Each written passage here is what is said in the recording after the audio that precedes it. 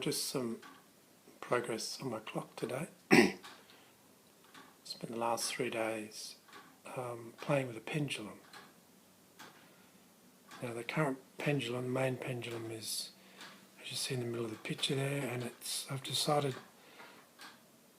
to actually get it so you can see it right in that window in the back frame of the clock.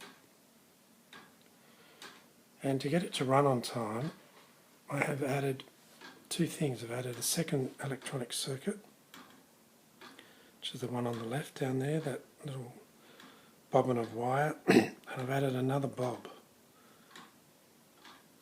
Now what the bob does is that without the bob it actually runs too fast, and that the bob is actually slowing the clock down, and the bob stops the pendulum rod from oscillating or shaking. It's quite a long way from that other main pendulum, main bob, and it just stops that shaking.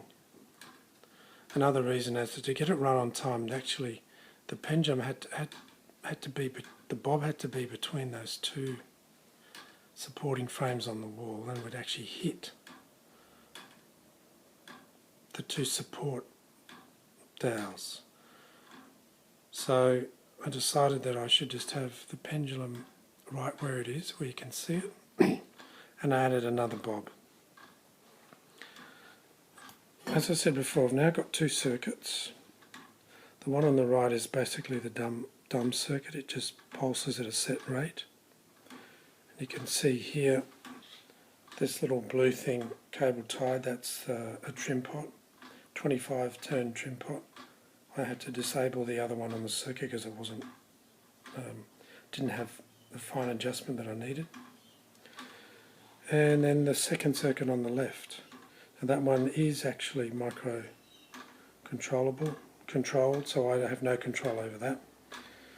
It has an LED, and when it flashes red it's saying that the pendulum stroke's too slow, and then when it flashes green, if it does, it's saying that the circuit's saying that it's actually going too fast.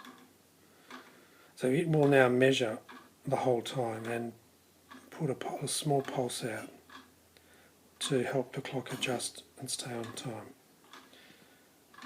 Now basically it is keeping good time. It should not be flashing red and green constantly like it is, but it's actually running on time, so I've decided to leave it for a week and see how it goes overall. My next job is to replace these cardboard hands, and they're going to affect the timing because they're driven off the drivetrain, so that's my next job.